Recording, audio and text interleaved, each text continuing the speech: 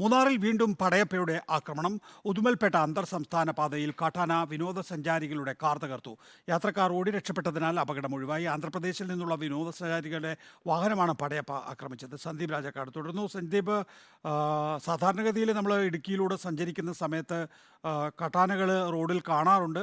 പലപ്പോഴും വണ്ടി നിർത്തി കാട്ടാന പോകുന്നത് വരെ കാത്തിരിക്കുകയാണ്. പക്ഷേ നേരിട്ടുള്ള ആക്രമണം സാധാരണഗതിയിൽ ഉണ്ടാകാറുണ്ടോ? ഇതിപ്പോൾ എന്താ സംഭവിച്ചത്?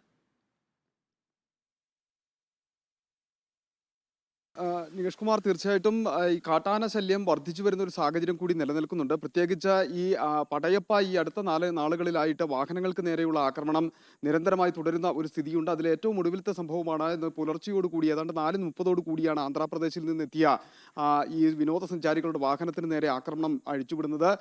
തുടർന്ന് ഈ ആളുകൾ ഇറങ്ങി ഓടി രക്ഷപ്പെടുകയാണ് ചെയ്തത്. ഈ ആളുകൾ മാറിയുന്ന പുറകെ തന്നെ എത്തിയ കാട്ടാന ഈ മുൻവശത്തെയും പിൻവശത്തെയും ചില്ലുകൾ തകർക്കുകയും വാഹനം ഇളക്കുകയും ഒക്കെ ചെയ്തു. വാഹനത്തിന് കേടുപാടുകൾ സംഭവിച്ചിട്ടുണ്ട്. എന്തായിരുന്നാലും ആളുകൾ ഇറങ്ങി ഓടിയതിനാൽ മറ്റ് പരിക്കുകളോ ഇല്ലെങ്കിൽ അത്തരത്തിലുള്ള അപകടമോ ഉണ്ടായിട്ടില്ല എന്നുള്ളതാണ് ഏറ്റവും പ്രധാനമായി കാണേണ്ടത്. ഏതാനും ദിവസങ്ങൾക്ക് മുമ്പാണ് ഈ മൂന്നാർ ഉദുമൽപേട്ട അന്തർ സംസ്ഥാന പാതയിൽ തന്നെ തമിഴ്നാട് ബസ് ആക്രമിക്കുന്ന ഒരു സ്ഥിതി ഉണ്ടായിരുന്നത്. ആ വാഹനത്തിൻ്റെയും ചില്ലുകളാണ് തകർത്തത്. അതിന് തൊട്ടു മുമ്പ് വഴിയരികിൽ നിന്നിരുന്ന ഒരു ബൈക്ക് ഈ കാട്ടാന തകർത്തിരുന്നു. ഒപ്പം തന്നെ നിരവധിയായിട്ടുള്ള വഴിയോര കച്ചവട സ്ഥാപനങ്ങൾ ഈ പടയപ്പ തകർക്കുന്ന ഒരു സ്ഥിതിയുണ്ട്. പടയപ്പയ്ക്ക് മതപ്പാടുണ്ട് എന്നുള്ളതാണ് ഇപ്പോൾ വനംവകുപ്പിന്റെ ഭാഗത്ത് നിന്ന് നമുക്ക് മനസ്സിലാക്കാൻ കഴിഞ്ഞിരിക്കുന്നത്. അതുകൊണ്ട് തന്നെ നിരീക്ഷണങ്ങളൊക്കെ നടത്തുന്നുണ്ട് എങ്കിൽ പോലും വലിയ രീതിയിൽ ഇല്ലെങ്കിൽ പ്രകോപനം ഉണ്ടാക്കുന്ന തരത്തിലേക്ക് ആനയെ മാറ്റുന്ന ഒരു സാഹചര്യം നടക്കില്ല, മതപ്പാടുള്ളത് കൊണ്ട് തന്നെ.